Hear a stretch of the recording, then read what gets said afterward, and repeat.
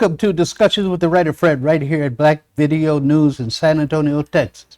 We are the voice of the black community.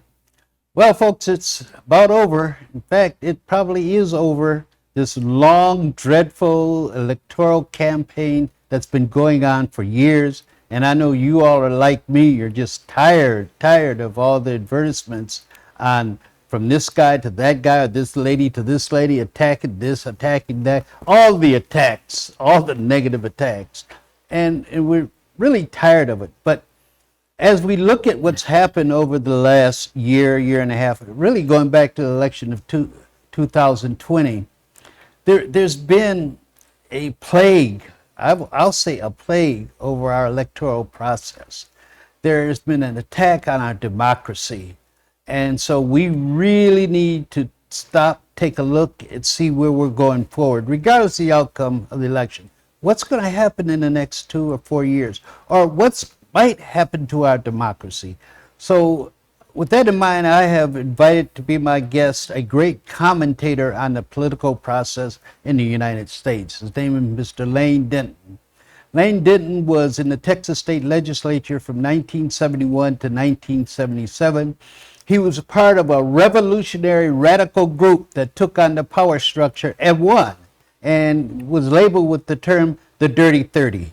And so Lane is with us today to tell us or advise us on what he sees happening as we go forward. Lane Denton, welcome to Discussions with the Writer Fred. Thank you, Fred. I'm delighted to be here. But I think if you've been in politics all your life, you probably know a little something, but the experiences. But I'm optimistic that the American people understand the importance.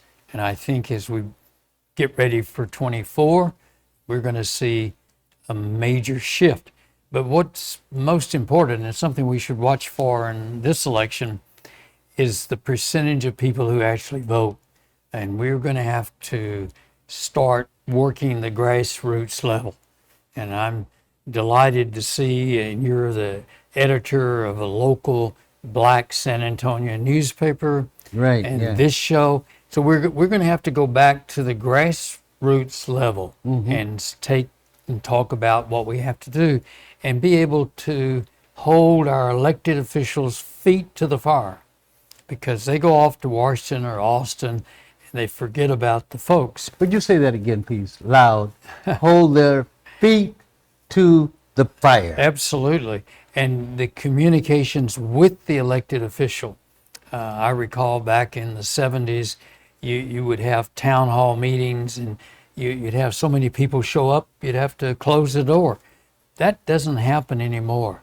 Money has really entered our political force to the point where we can't recruit candidates. I spent a little time this session getting people, talk them into running for Congress. People just don't want to do it. How much is it going to take? Where am I going to get $15-20 million? Right, yeah. So it's a challenge, and we're going to have to really seriously talk about it, and maybe begin to pick up the issues. And I think, number one, what's the real kitchen table issues that make a difference in people's lives? And I kept trying my best, and I think this is what we saw in Congress, and we'll talk a little bit more about how 2 members of the U.S. Senate blocked having a good bill. We spent $1.9 trillion. A lot, and people today, well, what did I get out of the $1.9 trillion? Could you take a minute and explain to our viewers how those 2 members could block? The senator from West Virginia and the senator from Arizona. And I think people know, particularly the senator from West Virginia, who is in the pocket of the coal industry. We can't seem to tackle global warming issues because Joe Manchin, the senator, refuses to budge on it. But I think in my calling the White House, we have to really play hardball. It was because you're seeing what happened. We spent $1.9 trillion, but then inflation has hit, and there are a lot of reasons why we're in such an inflation spiral, and we can't seem to do anything about it.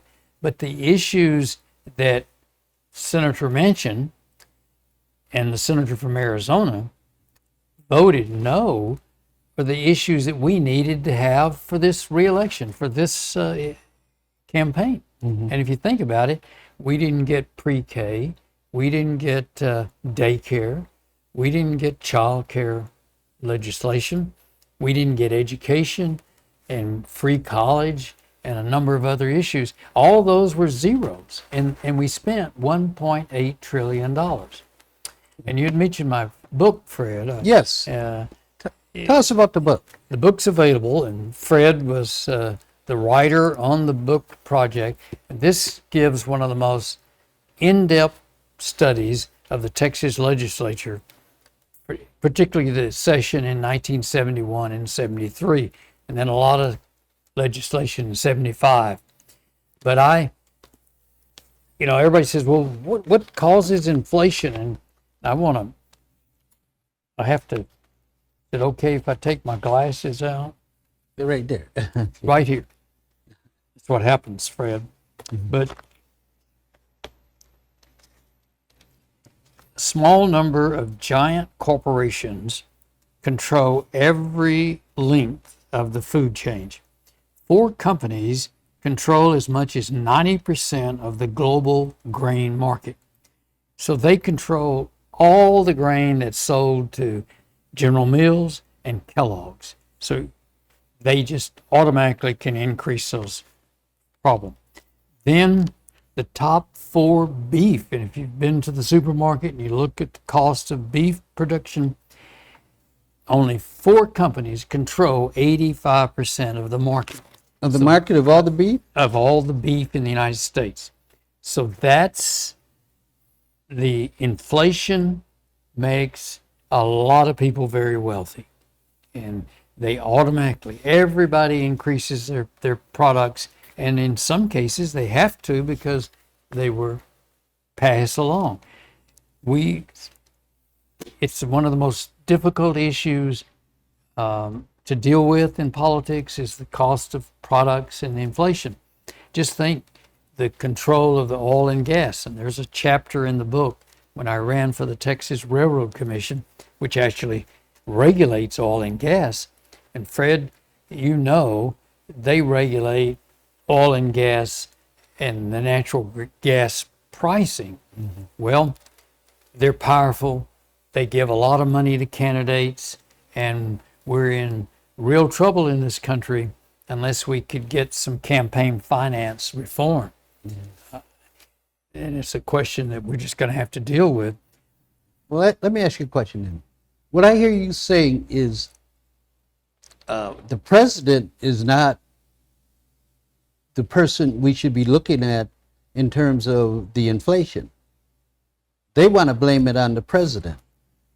It's the corporations, giant corporations, and they don't have to. There was a period in history when they'd have to make a phone call or write a letter.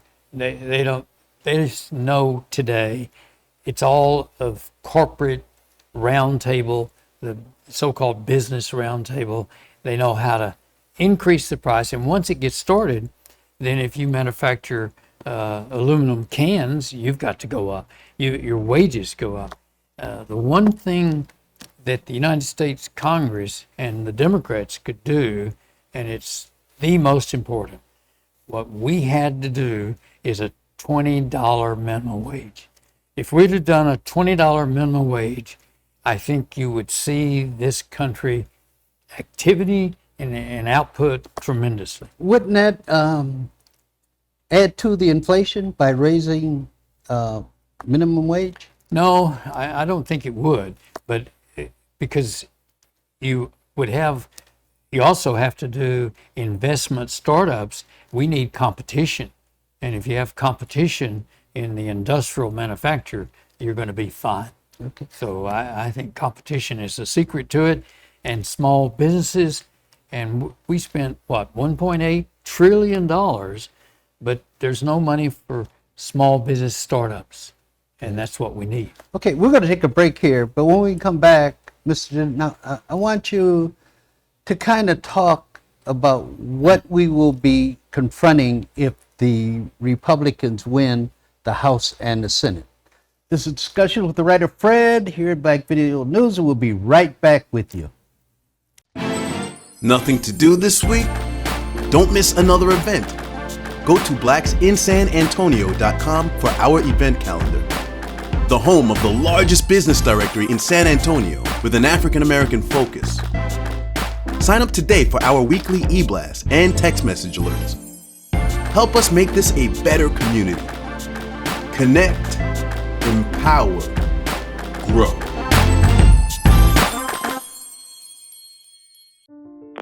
Hello, this is Cornell with Frost Bank. Hi there, this is Terry with Frost. Good evening, this is Franklin. This is Robert with Frost. Hello, this is Rosemary with Frost Bank.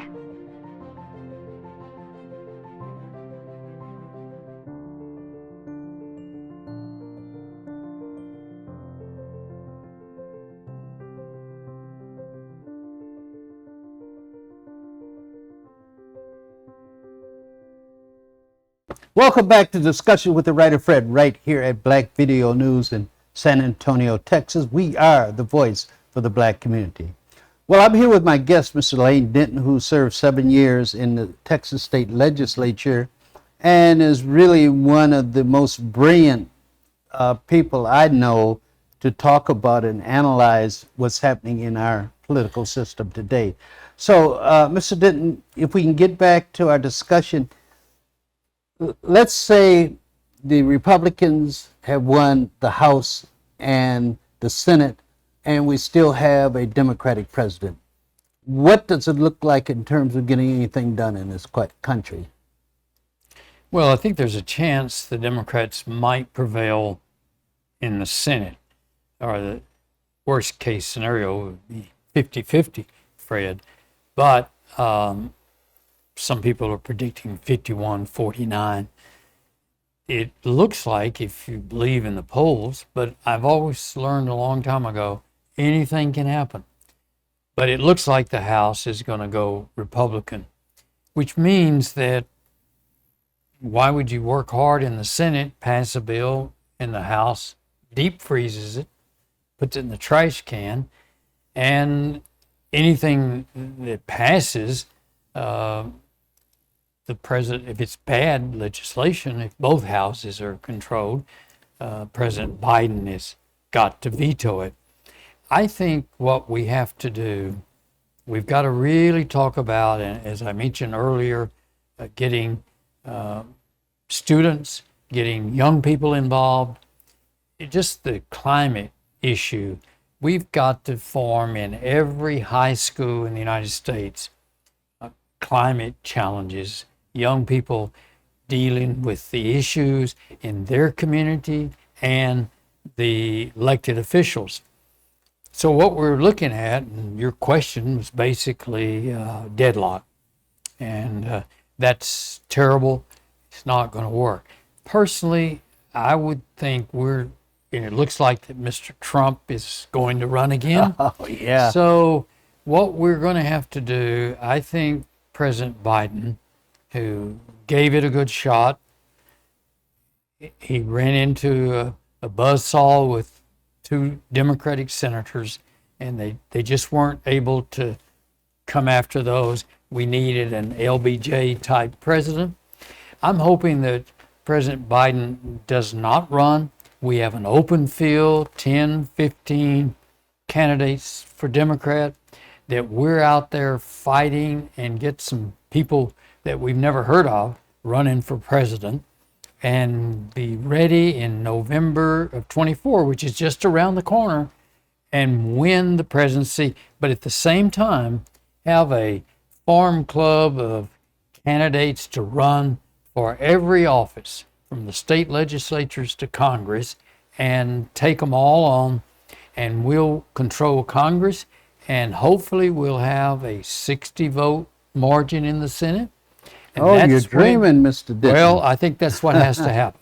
We can't go into a stagnant, and, as you know, I'm opposed to war, and I think the fact that we've already spent $60 billion of money that looks like it's going to be a stalemate in Ukraine, we've got to have people in the United States, and that they've got to be people who believe in this country, have a great education system.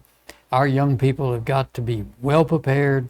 We've got to pay our teachers good salaries and scholarships and have free community college. That's what we have to do. That's the agenda for 24. But if that doesn't happen, what are we looking at? Well, I guess you have to hope and pray that you win the Powerball. I don't know. It's difficult, but it's always been a struggle. Believe me, for instance, the Republicans, if it had been left up to the Republicans, we wouldn't have Social Security today. Right. We wouldn't have minimum wage. We wouldn't have Medicare and Medicaid. They voted against all that. In committee, against the minimum wage was what? 85% Republican. So if you look at all the great issues in history, the Republicans have been opposed to them. I don't think a lot of the under 40 voters today, Fred, realize how bad the Republicans can be. They're talking about, let's say the Republicans win the White House in 24. They control both houses of Congress. They're going to cut Social Security. They're going to cut Medicare. What's that going to do to our elderly, Lane? Well, Fred, if our local grassroots organizations are in place, and we've got to have that, then they won't dare cut it. And if they do, they're finished. They'll be voted out in 96. Well, why would they even talk about, I mean, what's their advantage? Because we all know old folks just sit around and wait for the day to go vote. What day is it, honey? Let's vote day. Let's go vote. Why would they take on the elderly who vote? Well, the truth is, I think that the Republicans will recognize that that is a lost issue. So I think it's gone. I don't see them. They're more for the corporate giveaway, supporting the banking industry. And just to give you an example, but until we get our 60-vote filibuster-proof U.S. Senate and control the House, we can't do anything. But we also have to make the senators put their feet to the fire and make them vote.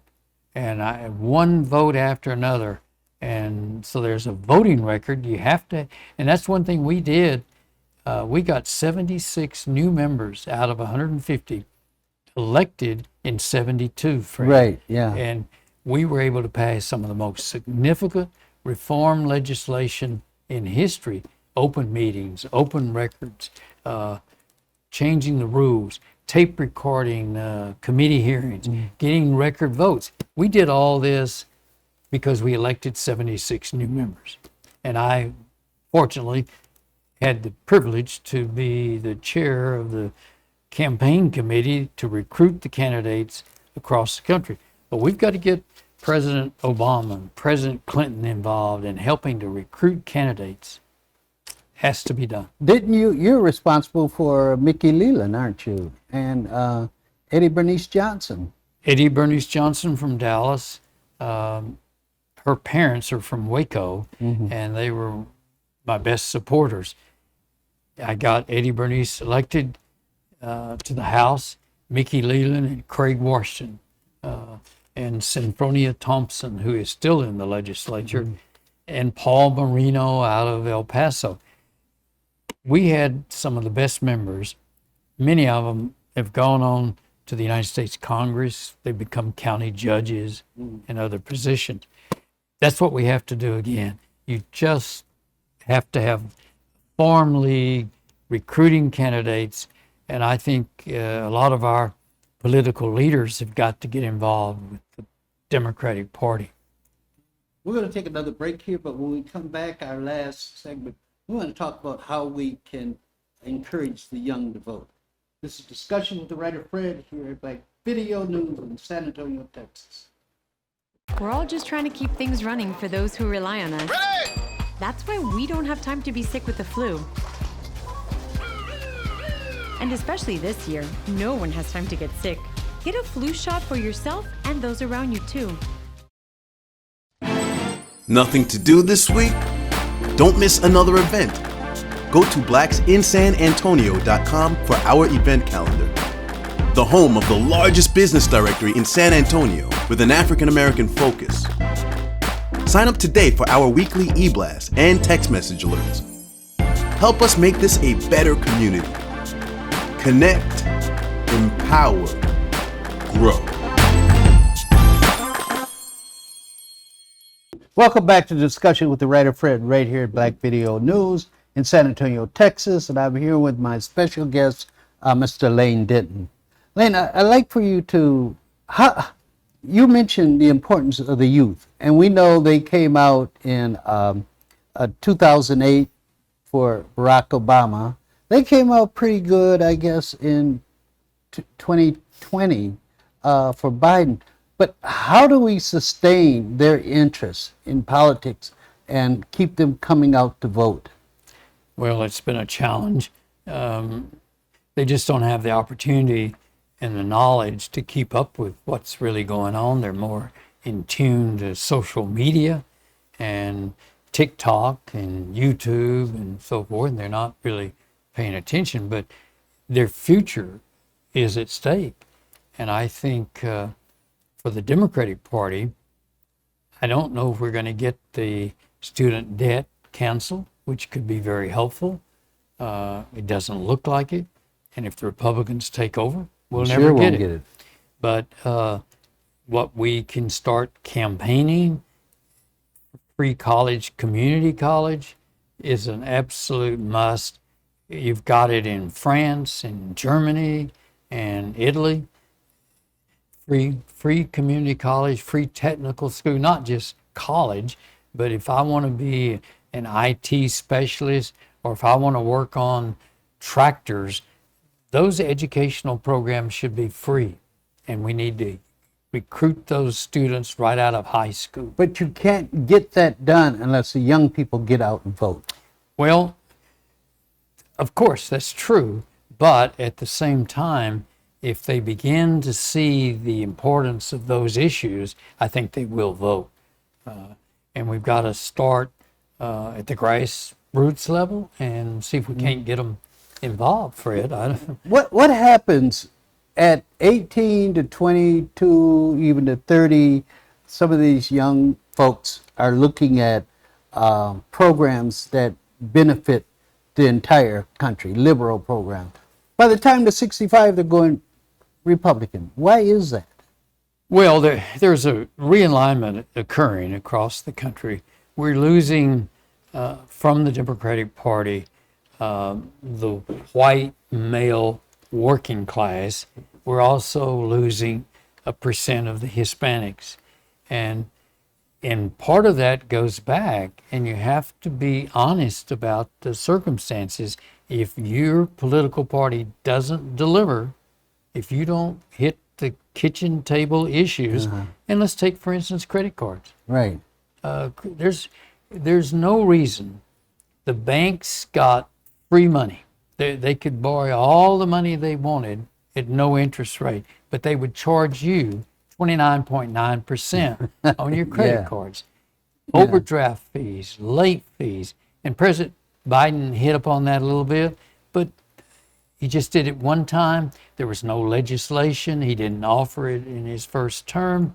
But I would make the two senators that have caused all of our trouble, make them vote on whether or not to reduce. Do you think the banks could make money at 15%? Yes, of course they could.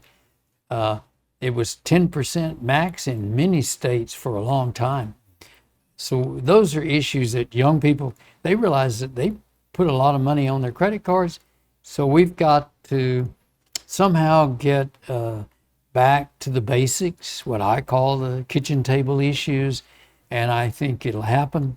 We've got to have, candidates can't just appear from nowhere.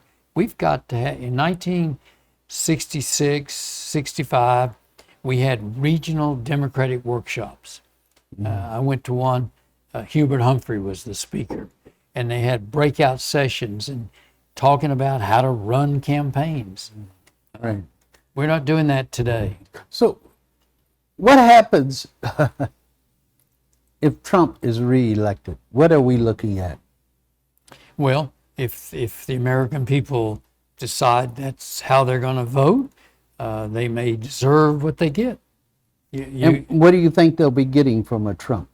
Well, how would I know? I don't have a crystal ball. Right. It's hard to say. Probably pretty much the same thing.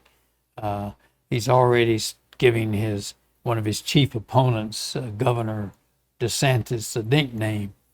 What do you call him? Sanctimonious. Sanctimonious. Yeah. So, I mean, we're going to go through all that, and the fake media and the press, and we have a new direction now in Twitter. So we're going to see what I'm calling. I think we're going to go through a period, and we've also have another serious issue. We have a terrible Supreme Court. Oh yes! And wow. We have to. That's a consequence of what happens, and so if Trump's elected, just keep thinking about grassroots local issues. Climate is going to become an issue. The globe is getting hotter and hotter. I've been to Glacier National Park in Montana. They had 35 glaciers. They only have 3 now. Oh my gosh. So it just, if we had enough money to take everybody to Greenland, you would see the ice breakage, and that's clear as it can be. So I have to say, if we don't get the young people involved and everybody encouraging the young people and our school teachers and our seniors in high school organizing their campus, we are in trouble. But we'll survive it. We've survived Watergate. We've survived world wars and all kinds of. We survived economic depressions. But I think FDR put the kind of coalition together that you have to have. But we don't have that coalition anymore. That's gone. Well, I think that's true. We're losing splinter groups. So I just don't know how it's going to come out. But I think one thing I've learned in politics, my best friend was United States Senator Ralph Yarber. I worked in every one of his campaigns. He ran for the governor 3 times, and then he got elected to the United States Senate and was one of the best senators in history. So don't ever give up. Okay. What will a Biden and Trump campaign look like if they both are nominated? And are you for them being nominated? I'm not for either one. I think Trump really should give up. I don't think he can win. I don't think the American people want to put Trump back in and suffer through 4 years. And I think President Biden will be, 80 years old? Or when he runs, When he runs again, he'll be 84. And he's not as sharp as he was 20 years ago. I think he should really move on and organize. He's got to write his memoir, and he's got to get his library set up. Let's face it, we've got a lot of new people, and we should encourage that and make all 15 candidates promise that they're going to barnstorm all over the country opposing whether it's Trump or who, and it looks like it might be Trump. So if they agree to do that, we'll unleash bright, young, articulate Democrats running for office. Well, if Trump announces and all the rest of the Republicans step aside, he's got a free reign through the primaries, and the Democrats have 15 candidates destroying each other, spending all the money. After that's all over and you get to the general election, doesn't that give Trump a great, tremendous advantage? Well, not if we take him on issue by issue. The issues, and the Democrats are going to have to realize they can't support the bankers. They can't support big tech. They can't support the military-industrial complex. They've got to support the people and the issues and make Trump veto and try to get Congress to pass them. And I'm talking about there's no reason your credit card shouldn't be maxed out at 12, 15%.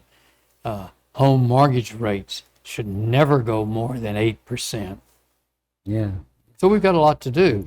And think about, we need a national campaign to get the poor people, people who are not voting, Fred, away from the pawn shops and the small loans and the payday loans, because it's a dead end. Disastrous. And we're putting, and most of them are Democrats, but they're being forced into that. Yeah. We've got to change that, and those issues. And if the Democrats move in that direction with those issues, I don't think they need to worry. They'll win in November. Okay.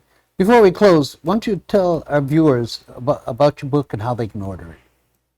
The book's about to reach, we hope, the New York, is it the top 100 books. But the book is available on Amazon, at your local bookstore. You can order it at Barnes & Noble's. It's Lane Denton in the Dirty 30. And for the people here, you can get it at Twig Bookstore. In San Antonio, it's available at the Twig. We just had a book signing ceremony. Right. And if you're thinking about running for office, or you know someone running for office, it's a good lesson in how to get into politics, what to do. And then once you get into office, it's a little autobiography, and it's easy reading. Fred, as everybody knows, is a great writer, and the book is easy to read, and we may try to do audio book and get that in everybody's hands. But it's a masterpiece of the Texas legislature, and I'm hoping if your son or daughter is taking government in high school, they should ask for this book to be on the reading list, Fred. It's a great book. Well, thank you, Lane, for coming on our show today. My pleasure. And I look forward to doing it again. And today is election day, so we'll see what happens. We'll see what happens. Yeah. Cross your fingers. Yeah. So in closing, let me encourage everyone, if you haven't voted, please vote. And we'll have Lane back to talk about what's going to happen as we see the results of the election this year. This is Fred Williams, a discussion with the writer Fred, telling our story our way.